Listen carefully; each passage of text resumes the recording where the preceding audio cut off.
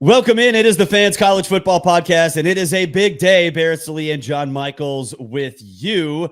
And John, the playoff rankings have been set. The playoff brackets have been set. And your Miami Hurricanes, they win the debate. It was Notre Dame. It was Miami. It was Alabama. Notre Dame, the odd man out. That head-to-head finally matters. Your Canes are going to the big dance. Barrett, you've known me 20 some odd years now, and let's Probably be real. too long. Yeah, me being a fan of Miami, I think a lot of times I was at the forefront of being a punching bag. We were a 7-5 team. We couldn't win anything. We haven't won a bowl game since 2016. We had scandals. We had whatever it may be. When I say I jumped today, maybe as high, and I don't jump very much anymore because I've got two bad Achilles and everything else. I jumped as high today as I think I jumped from when I was 17 years old, because finally getting a chance to see my Canes getting an opportunity to play in a postseason and have a chance to go win a national title for the first time since I was 25 years old, it's pretty damn awesome. It is awesome, and they got it right. I think the explanation that Hunter Yurachek, surprise, had was ridiculous, but that's just kind of par for the course for this, because saying that you never got to a point where you could compare the head-to-head, what you could have done it last week. They were close. You could have done it the week before. I know how the pod system works. You could have done it then. But ultimately, I think this was all a TV show. Those stupid little shows they do on Tuesday nights ultimately created more interest, more anger, more controversy, and that is what sells. And so in the end, they got it right with Miami and with Notre Dame. I feel like Alabama still got hosed a little bit, or that Alabama deserved to be in as well. You can't punish them for playing in an SEC championship game and losing to a team that they already beat once this year. You know, they can. We've seen Alabama beat Georgia in Athens. They're capable of that. They had a bad game yesterday. They've had a bad month.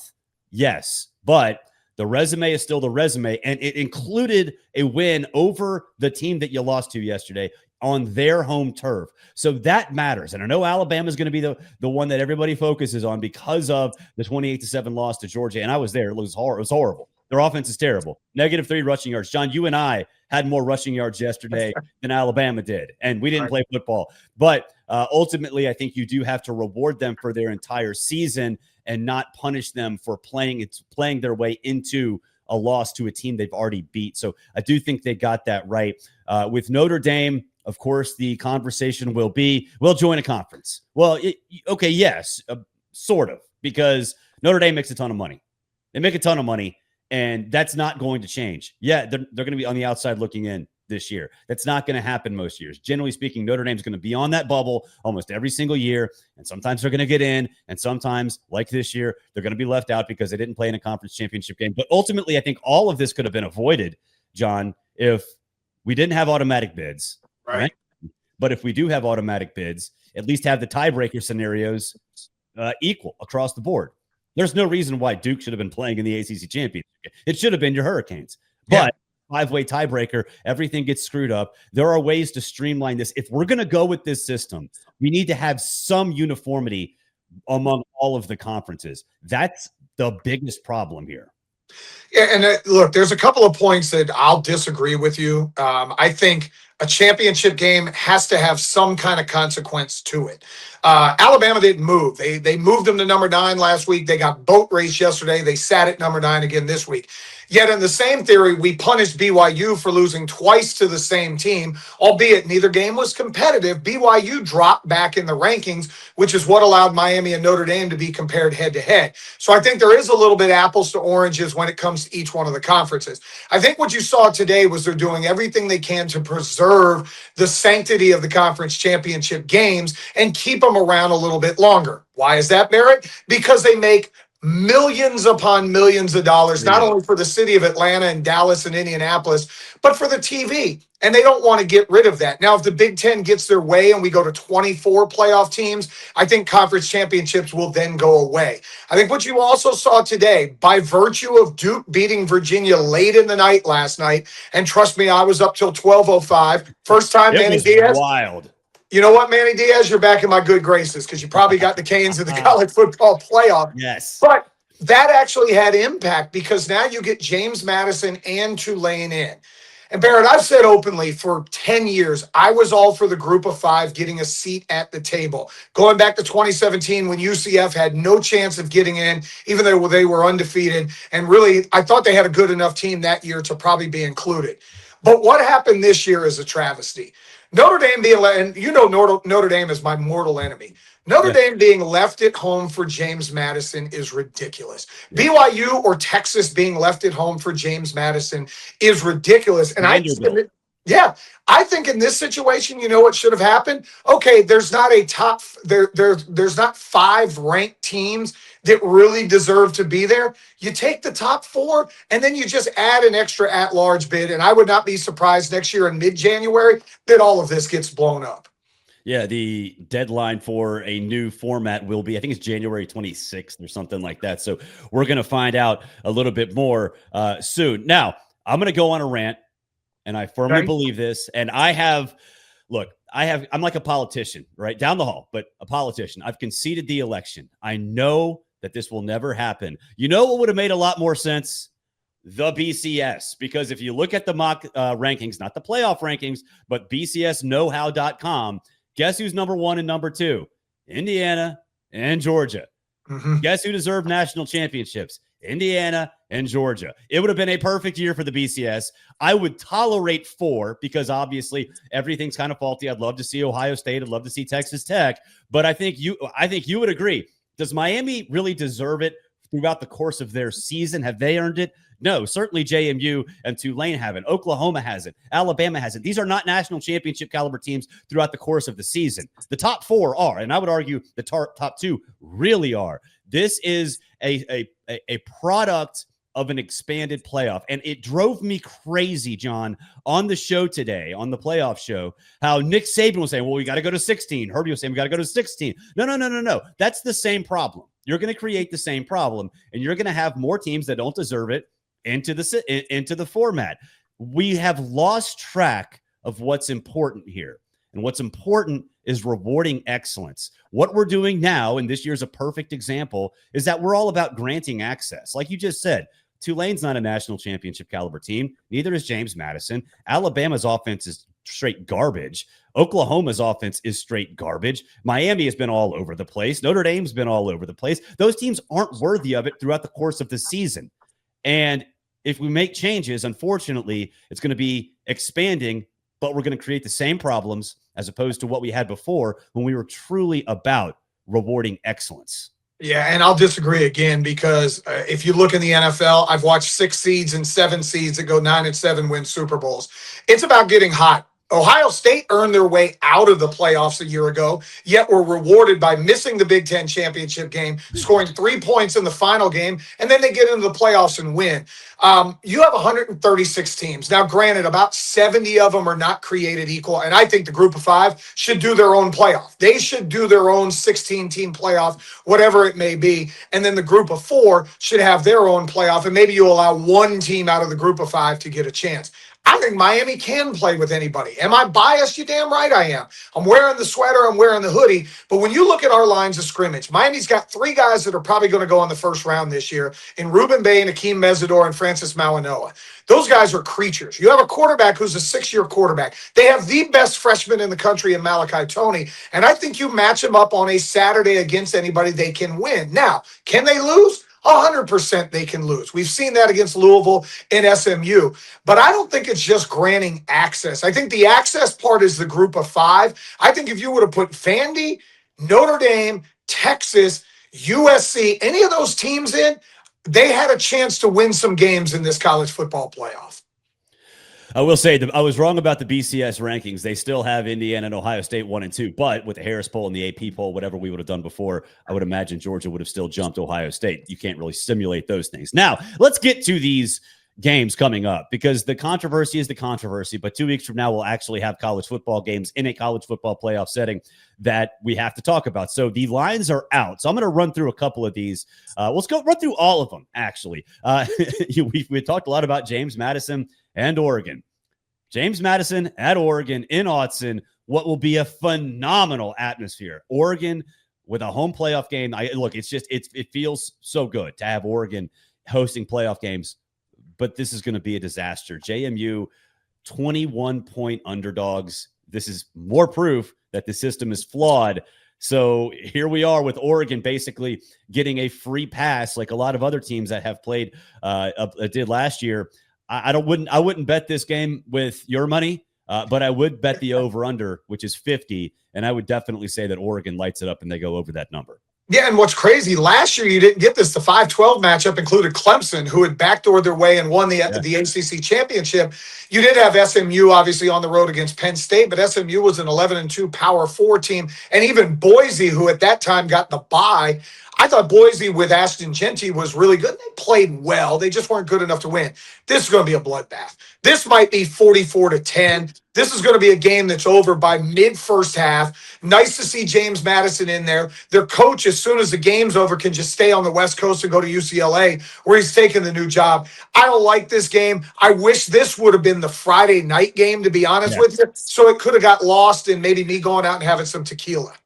Yeah, I do think, though, since it's going to compete with NFL, that's the one thing about this, competing with the NFL, you kind of have to alter your programming if you're ESPN and TNT. Right. They're basically just giving this time slot away. Right. They're just like, screw it. We don't even want to bother with this. But I think for Oregon, the running game getting healthy. We know about the lines of scrimmage. They are really stout there. And seeing what Dante Moore can do on this stage. Look, Dante Moore was a guy who I think throughout the course of the season probably should have gotten more Heisman hype. Didn't happen, but he gets this national stage. Tulane at Ole Miss. We're seeing a rematch of one from earlier this year. Tulane is 16.5-point underdogs at Oxford against Ole Miss. Pete Golding and that crew. I saw Trinidad Chambliss pop up on an AT&T commercial. Right. Wow. Good for you, dude. Hell yeah. But no, it's interesting now. You get Charlie Weiss back calling plays with Pete Golding, and Charlie Weiss, obviously, I know a lot of people around there. He was pissed when he started getting criticized for hopping on that plane. And this is a very big deal for him to call plays in this game, in this playoff. And it wouldn't surprise me if they use this opportunity to try to keep him on that staff under Pete Golding. And it might happen. I think that there were a lot of folks in and around him and his family that were really upset at the criticism that he was taking. But I can't wait to see Lacey and Chambliss with a bunch of time to prepare, with tape of guys that they've seen and that they know, not just personally from this year, but throughout the course of their careers. A lot of these players play in the same sort of areas. But Trinidad Island time in Oxford, the Grove will be absolutely phenomenal. They will win the party and they will win the game. 16.5 points is pretty darn big, but this is a statement game for America's team. I'll take Ole Miss and I'll take them to win, but I wouldn't bet this game. But 56.5, with the way that Tulane offense can crank up sometimes, I expect a lot of fun in Oxford. Yeah, it was a blowout earlier this year, but that was also with Lane Kiffin. We talked, over the last couple of weeks about potentially the psyche of Ole Miss. I think now that it's all over and they can take a deep breath and just get back to playing football, it's probably good for them. I think the reason they hired Pete Golding was familiarity. All of a sudden you have a guy that's been around this the entire time. Cool. Let's have him run the team the way that he was set to run this team anyway. And now Charlie Weiss Jr. going to be in there calling the plays. Tulane doesn't stand a chance. And for Ole Miss, it's going to be a chance to show off to recruits that, hey, we don't need Lane Kiffin here today. We've got a chance to move on, get a rematch in a bowl game against Georgia, and a chance to maybe show that, hey, the fourth quarter against Georgia was a fluke and we've got a chance. I think Ole Miss boat races them. I'll take the Rebels minus the points. I wish I could go down to the Grove and go see this game because I think the scene is going to be unbelievable. Oh, man, this is going to be epic. In the biggest game in Ole Miss history, that's not hyperbole. This is the biggest game in Ole Miss history. It would be so much fun, man. It would be so much fun. I don't think Alabama at Oklahoma is going to be a lot of fun, though. We saw this game. Oklahoma somehow won this game because of 3 big plays, even though their offense looked like absolute dog crap. But Alabama's offense has been absolute dog crap for about a month and even more than a month now. So they do have time to get healthy. Jam Miller obviously didn't play. Josh Cuevas, his absence against Auburn and also against Georgia was huge because Alabama's offensive line has been a train wreck. So you do kind of need that tight end, that safety valve. They've missed that with Cuevas out. So getting another couple of weeks for him to heal up is huge. But again, at Oklahoma, in a home playoff game, that's a tough place to play. Alabama knows this from last year, and I know last year doesn't correlate to this year. A whole bunch of different players, whatever. I get it, but I don't think Alabama can fix itself. I think at this point, Their identity is their identity. They can't run the football. Their offensive line, the players are great. The unit is terrible. There's always somebody who has a bad game. And the problem for Alabama is that it's a different player every single game. They can't seem to figure it out because of that. So over under 40.5. This might be one of those Iowa versus Minnesota style games where you can't get the over under low enough, because I don't trust either one of these offenses. Ultimately, I just don't think Alabama is very good. I don't think they're one of the 12 best teams in the country. If we were picking this playoff by the 12 best teams, they wouldn't be in it. But here we are. That's just kind of the way things operate. But I think they get exposed a little bit. Oklahoma does enough. John Mateer has a big day, and that Alabama offense continues to struggle. I also think it gives John Mateer a couple of weeks to get healthy. You know, this guy was rushed back after the hand injury. I don't think he's been right the entire second half of the season. You know, watching them even against LSU, he was making some awful throws. But Oklahoma this year has just found ways to win. And to go back to Notre Dame, if you want to be mad at anybody, be mad at Alabama for not winning that game about 3 weeks ago, or else the Irish would be in and Oklahoma would be out. I'm going to say something controversial. These are the two worst non-group of four teams in the college football playoff. I don't think either one of these teams have a chance in hell of getting. One of them will win this game, and then I think Indiana's going to smash either one of these teams that they play in the next round. I don't think Bama's been good for a month and a half. I think their resume was inflated by beating Tennessee and beating Missouri, whatever, a couple of overranked SEC teams. And Oklahoma's been fortunate. Now, they've been good defensively. I think they're really good defensively. I am going to pick Alabama to win the rematch. Statistically, they beat the living hell out of Oklahoma. It was a pick six and a fumble that directly cost them 10 points in a 2-point loss. I think Alabama goes there and upsets Oklahoma and wins that one. All right, noon on Saturday, which I absolutely hate that this is a noon game on Saturday. I know you like it because Miami at Texas A&M. Kyle Field's not going to be as juiced up for an 11 a.m. Central Time game as maybe it would be on Friday night, because I would love this game to be the Friday night game. But Texas A&M's a 3.5-point favorite. That kind of surprises me a little bit. Because of Miami's defense, because Miami has sort of gotten rolling lately. We've seen Carson Beck sort of come of age. Then they win the battle at the line of scrimmage. That's what's going to be fun about this. Is this going to be a line of scrimmage game? And Miami's angry. You know that better than anybody else. And I think with Texas A&M, it's just really hard for me to trust them after what we saw in that first half against South Carolina. In a game, in an early kickoff time at Kyle Field. They came out sleepy. Now, a little bit of a different motivation now. I get that. Casey Concepcion is the player that is going to determine this game, but Miami's good enough defensively to take him away and say, all right, A&M, go beat us with somebody else. Doesn't matter who that is, but go beat us with somebody else. Ultimately, I don't think that person exists for Texas A&M. So I'm going to go with your boys. I think Miami goes on the road in College Station and gets that win and moves on in the college football playoff. Yeah, Texas A&M, really good team. Mike Elko's obviously built them the right way, but their resume was also built on beating a lot of bad SEC teams this year. The one good one they played was Texas, and I thought Texas physically dominated them in that game. I know they had a win against Notre Dame back at the beginning of the year in a wild one.